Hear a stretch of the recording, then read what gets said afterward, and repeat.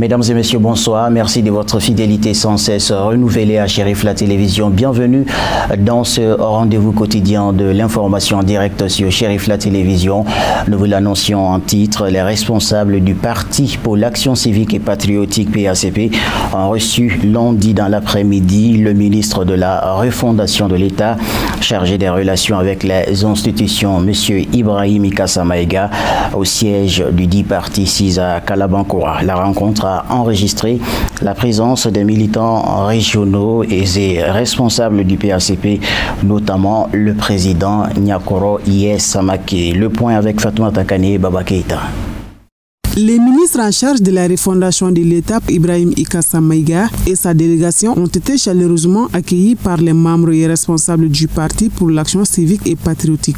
Après les mots de bienvenue et la présentation des militants par le président Nyakoro Iyes Samake, il a été question ensuite de présenter brièvement la vision du parti pour la création d'un nouveau Mali, ainsi que les stratégies pour un Mali uni et prospère. La façon dont le ministre Ikassa Maïga nous a expliqué les perspectives du gouvernement, le PACP adhère pleinement à cette initiative. Nous nous sommes déjà préparés, mais nous avons été mieux préparés aujourd'hui à travers cette visite. Nous avons appris certaines choses que nous ne connaissions pas, que nous ne savions pas, et qui vont nous permettre de participer plus en qualité aux prochaines assises.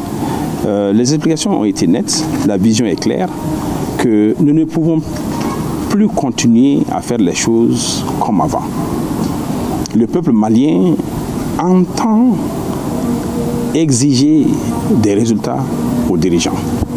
Le peuple malien entend participer pleinement à la prise de décision qui affecte et le présent et le futur de cette nation. Et pour cela, nous invitons toutes les forces vives, notamment les forces politiques, même ceux-là qui sont un peu réticents, que la politique de la chaise vide ne sert pas le peuple malien et ne sert pas les auteurs même de cette politique. Ensemble, ne fuyons pas le débat pour la refondation du Mali. Asseyons-nous, discutons. Et pour cela, nous remercions et encourageons le ministre de la Refondation. Nous vous donnons l'assurance que le PACP sera disponible et que nous œuvrerons à chaque étape des assises prochaines pour contribuer de façon qualitative. Refonder le Mali est l'objectif visé du PACP depuis sa création. Un parti des bâtisseurs qui va au cœur de l'action, selon le ministre. À l'issue des échanges, le ministre fera savoir à sa sortie que la rencontre a été fructueuse. Il affirme de même que le PACP est déjà à pied d'œuvre au plan national et international en termes de refondation. L'une des plus grandes aspirations des autorités de la transition malienne. Certaines nations l'ont réussi avec brio, nous le pouvons aussi. Et la vision qui est proposée en termes de refondation, qui consiste à capitaliser toutes les tentatives de solution à nos problèmes, à nos maux, faites par nos dévanciers, a été amplement intégrée par le parti avant-gardiste pour l'action civique et patriotique.